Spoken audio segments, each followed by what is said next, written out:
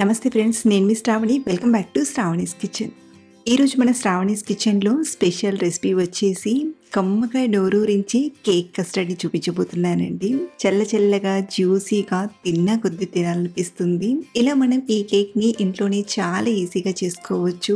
బయట ఎండవేడికి ఇలా చల్లటి కూల్ కేక్ని చేసి పెట్టాలి, కానీ ఇంట్లో వాళ్ళందరూ చాలా బాగా ఎంజాయ్ చేస్తారు. సో మీరు కూడా ఈ సమ్మర్ స్పెషల్గా ఇంట్లో ఏదైనా చేయాలనుకుంటే ఈ కేక్ని డెఫినెట్గా ట్రై చేయండి. మరి ఆలస్యం చేయకుండా కమ్మగా నోరూరించే ఈ కేక్ కస్టర్డ్ని ఎలా చేయాలో ఇప్పుడు చూద్దాం రండి. ముందుగా బేస్ పార్ట్ కేక్ చేయడానికి ఒక బౌల్లోకి అరకప్పు పెరుగుని తీసుకోండి. ఇక్కడ నేను ఎగ్లెస్ కేక్ని చేస్తున్నాను. అదే మీరు ఎగ్తో చేయాలనుకుంటే ఈ పెరుగుకు బదులుగా ఒక 2 గుడ్లను తీసుకొని బాగా బీట్ చేయండి. అలాగే ఒక 3 టేబుల్ స్పూన్ల సన్ఫ్లవర్ ఆయిల్ని తీసుకోండి. మీరు ఈ ప్లేస్లో బటర్నైనా వాడుకోవచ్చు, కానీ ఆయిల్ వాడుతున్నట్లయితే మాత్రం పల్లి నూనె, నువ్వుల నూనె కాకుండా ఫ్లేవర్ లేని ఆయిల్ని తీసుకోండి. అలాగే మెత్తగా పొడి చేసిన చక్కెర పొడిని ఒక 1/2 కప్పు వరకు తీసుకొని బాగా కలపండి. మనకు చక్కెర అంతా పూర్తిగా కరిగిపోయేంత వరకు 1-2 నిమిషాల పాటు ఇలా బాగా బీట్ చేయండి.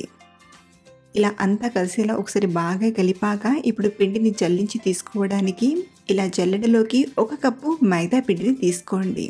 ఇందులోనే 1/2 టీ స్పూన్ వంట సోడాను, 1 టీ స్పూన్ బేకింగ్ పౌడర్ని తీసుకొని బాగా జల్లించండి. ఇలా పిండి మొత్తం జల్లెడ పట్టాక ఇప్పుడు కట్ అండ్ ఫోల్డ్ మెథడ్లో కానీ లేదా విస్కర్తో రౌండ్గా కలిపైనా తీసుకోవచ్చు. ఇప్పుడు మనకు పిండి కొంచెం రిబ్బన్ కన్సిస్టెన్సీలో రావడానికి కాచి చల్లార్చిన పాలను కొంచెంగా తీసుకుంటూ కలిపి తీసుకుందాం.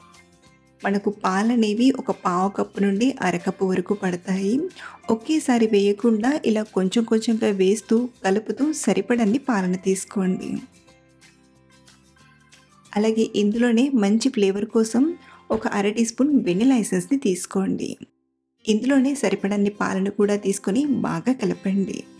మనకు పిండి అనేది రిబ్బన్ కన్సిస్టెన్సీలో ఇలా రావాలి. ఇలా వచ్చేంత వరకు పాలను చూసుకుంటూ కొంచెంగా వేస్తూ కలపండి. ఇప్పుడు ఈ కేక్ పిండిని బౌల్లోకి తీసుకోవడానికి కేక్ బౌల్ని తీసుకోండి. మీ దగ్గర ఇలాంటి కేక్ ప్యాన్ లేకపోతే ఫ్లాట్గా ఉండే స్టీల్ గిన్నెలో అయినా లేదా అల్యూమినియం గిన్నెలో అయినా చేసుకోవచ్చు. ఇక్కడ నేను కస్టర్డ్ కేక్ని చేస్తున్నాను కాబట్టి కేక్ అనేది కొంచెం పల్చగా వెడల్పుగా రావడానికి ఇలా కొంచెం పెద్ద కేక్ మోల్డ్ తీసుకున్నాను.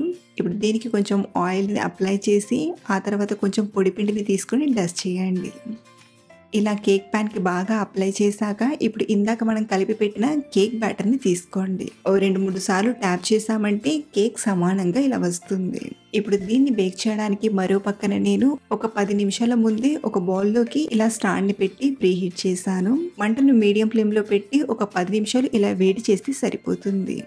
ఇప్పుడు ఇందులోకి మనం తయారు చేసిన కేక్ని తీసుకొని 20-25 నిమిషాల పాటు మీడియం ఫ్లేమ్లో బేక్ చేయండి. మనం ఇక్కడ కేక్ని కొంచెం పల్చగా తీసుకున్నాం కాబట్టి ఈ కేక్ బేక్ అవ్వడానికి పెద్దగా టైం పట్టదు. అదే మీరు చిన్ని గిన్నెలో కేక్ని చేస్తున్నట్లయితే దాన్ని బట్టి టైం అనేది కొంచెం ఎక్కువ పడుతుంది. కాబట్టి మనం ఇలా కేక్ని బేక్ చేసేటప్పుడు 20 నిమిషాల తర్వాత కేక్ బేక్ అయిందో లేదో చూస్తూ బేక్ చేయండి. మరో పక్కన మనం కస్టర్డ్ పాలను తయారు చేసుకుందాం. కస్టర్డ్ పాల కోసం ఇంకొక గిన్నెలోకి ఒక 2 కప్పుల పాలను తీసుకొని బాగా వేడి చేయండి. ఒక పక్కన పాలు వేడవుతూ ఉంటాయి, మరో పక్కన మనం కస్టర్డ్ పౌడర్ని కలిపి తీసుకుందాం.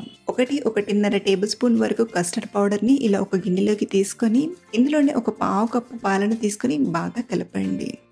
పిండి ముద్దలు లేకుండా ఇలా బాగా కలిపి తీసుకోండి. మరో పక్కన చూడండి, పాలు కూడా వేడవడం స్టార్ట్ అయ్యాయి కదా.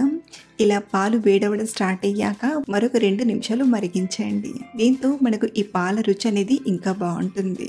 ఇలా ఒక 2 నిమిషాలు పాలను మరిగించాక ఇందులోకి ఒక 2-3 టేబుల్ స్పూన్ల చక్కెరను తీసుకోండి. అలాగే మనం కలిపి పెట్టిన కస్టర్డ్ పాలను కూడా మరొకసారి బాగా కలిపి పాలల్లోకి తీసుకొని అంతా కలిసేలా కలపండి. ఇలా మనం కస్టర్డ్ పాలను తీసుకున్నాక ఒక 2-3 నిమిషాలు కలుపుతూ ఉడికిస్తే సరిపోతుంది. మరీ ఎక్కువ చిక్కగా అయ్యేంతవరకు ఉడికించామంటే కేక్కి అంత బాగా పట్టుకోవు. కాబట్టి ఇలా కలుపుతూ ఒక 3 నిమిషాలు ఉడికించండి. చూడండి, మనకు పాలనేవి ఇలా సెమీ థిక్ కన్సిస్టెన్సీలో ఉండాలి. ఇలా ఉంటే కేక్కి బాగా పట్టుకొని జ్యూసీగా అనిపిస్తుంది.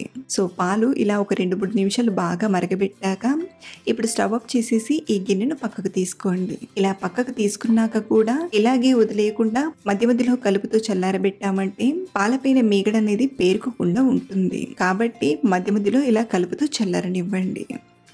మరో పక్కన ఒక 25 నిమిషాల తర్వాత కేక్ బేక్ అయిందో లేదో చూపిస్తున్నానండి. తడి లేకుండా ఇలా వచ్చిందంటే కేక్ చక్కగా బేక్ అయినట్లు. ఇన్ కేస్ మీకేమైనా తడిగా వస్తే మరొక 5-6 నిమిషాలు బేక్ చేసి తీసుకోండి. సో మనకైతే ఇక్కడ చక్కగా బేక్ అయిపోయింది కదా! ఇప్పుడు ఈ కేక్‌ని బయటకి తీసుకొని పూర్తిగా చల్లారనివ్వండి. కేక్ పూర్తిగా చల్లారిపోయిందండి. ఇలా పూర్తిగా చల్లారిపోయాక కేక్ చుట్టూ కొంచెం చాకుతో ఇలా లూజ్ చేసి డీమోల్డ్ చేసుకుందాం. పైన ఒక ప్లేట్‌ని పెట్టి ఇలా ఉల్టాగా తీసుకున్నామంటే కేక్ ఈజీగా ఊడొచ్చేస్తుంది. చూడండి మనం తయారు చేసిన కేక్ ఎంత బాగా వచ్చిందో. ఇప్పుడు ఈ కేక్‌ని నేను ఇంకొక ప్యాన్‌లోకి తీసుకుంటున్నాను. మీరు ఇలా ప్యాన్‌లోకి కాకుండా స్టీల్ ప్లేట్‌లోకైనా తీసుకోవచ్చు. సాఫ్ట్‌గా, స్పాంజీగా వచ్చిందండి.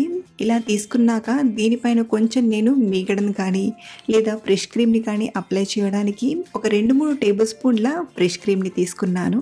ఫ్రెష్ క్రీమ్ లేకపోతే పాల మీగడను వాడుతుంటాను. ఇన్ కేస్ మీ దగ్గర కూడా ఫ్రెష్ క్రీమ్ లేకపోతే పాల మీగడను ఒక పావు కప్పు వరకు తీసుకొని బాగా బీట్ చేశారంటే ఇలా క్రీమ్ లానే సాఫ్ట్‌గా వస్తుంది. ఇప్పుడు ఈ క్రీమ్ కొంచెం స్వీట్‌గా రావడానికి ఇందులోకి 1 లేదా 2 టీ స్పూన్ల వరకు చక్కెర పొడిని తీసుకొని బాగా కలపండి. ఇలా కలిపిన ఈ క్రీమ్‌ని కేక్ పైన అప్లై చేసుకుందాం.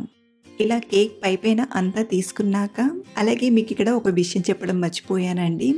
మనం తయారు చేసిన కస్టర్డ్ పాలనేవి కేక్‌కి బాగా పట్టుకోవడానికి ఫోర్క్ స్పూన్‌తో ఇలా అక్కడక్కడ కేక్ పైన గుచ్చి తీసుకోండి.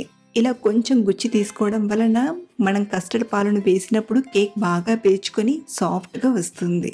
మనం తయారు చేసిన పాలన్నీ ఇలా మధ్య మధ్యలో కొంచెం కొంచెంగా వేస్తూ పాలను బాగా పట్టించండి. ఒకవేళ మీరు మొత్తం పాలు ఒకేసారి వేయడం వీలు కాకపోతే తినేటప్పుడైనా కొంచెం కొంచెం పాలను తీసుకుంటూ అయినా సర్వ్ చేయొచ్చు. ఇప్పుడు దీనిపైన కొంచెం చాప్ చేసిన డ్రై నట్స్‌ని అలాగే కొన్ని రోజ్ పెటల్స్‌ని తీసుకుంటున్నాను. సో ఇలా చేసిన ఈ కేక్ కస్టర్డ్‌ని కొంచెం చల్లగా తినడానికి ఒక 2 గంటల పాటు ఫ్రిడ్జ్‌లో పెడుతున్నాను. మీరు కావాలంటే వెంటనే అయినా సర్వ్ చేసుకోవచ్చు. కానీ చల్లగా తింటే ఇంకా బాగుంటుంది. మళ్ళీ 2 గంటల తర్వాత చూపిస్తున్నానండి. కేక్ చల్లగా పర్ఫెక్ట్‌గా తయారైంది.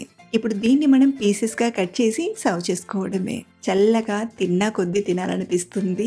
ఇంట్లో తయారు చేసిన కేక్‌తో చేశాం కాబట్టి ఎక్స్ట్రా టేస్ట్‌గా కుదిరింది. సో మీరు కూడా మంచి స్వీట్ డిలైట్ తినాలనుకుంటే ఈ కస్టర్డ్ కేక్‌ని ఓసారి ట్రై చేయండి. అలాగే మీరు ట్రై చేశాక మీకు ఎలా వచ్చిందో కింద కామెంట్‌లో చెప్పడం మర్చిపోవద్దు. మరిన్ని సింపుల్ అండ్ టేస్టీ రెసిపీస్ కోసం మన ఛానల్‌ని ఫాలో అవ్వండి. Thanks for watching.